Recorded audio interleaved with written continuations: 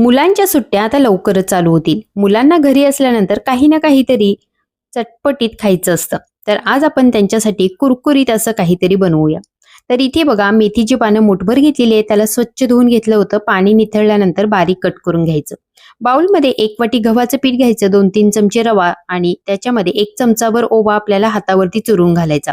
2 चमचे तूप घालायचं. हे तूप पिठाला चांगलं चोळून घ्यायचं. याची मूठ बांधली गेली पाहिजे. मग याच्यामध्ये कट केलेली मेथी आणि चवीपुरतं मीठ घालायचं. मेथी घालायच्या आधी ही मेथीची पानं तुम्ही चमच्यावर तेलामध्ये परतून घेऊन सुद्धा याच्यामध्ये घालू शकता. थोडं थोडं दूध घालायचं, घट्टसर मळून घ्यायचं आणि 10-15 मिनिटं याला झाकून ठेवून द्यायचं. त्यानंतर पुन्हा मळून घ्यायचं. छोट्या छोट्या आकाराचे गोळे बनवून घ्यायचे. गव्हाचं पीठ कोरडं लावायचं आणि पोळी लाटून घ्यायची. याची पोळी लाटताना ही पातळ लाटून घ्यायची.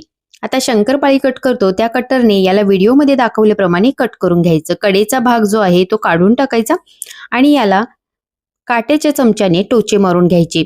सगळी मटरी बनवून झाली की मग गरमागरम तेलामध्ये सोनेरी कलर येईपर्यंत त्याला तळून घ्यायचं. मस्त कुरकुरीत खुसखुशीत ही मेथी बटर तयार होते. तर नक्की ट्राय करा.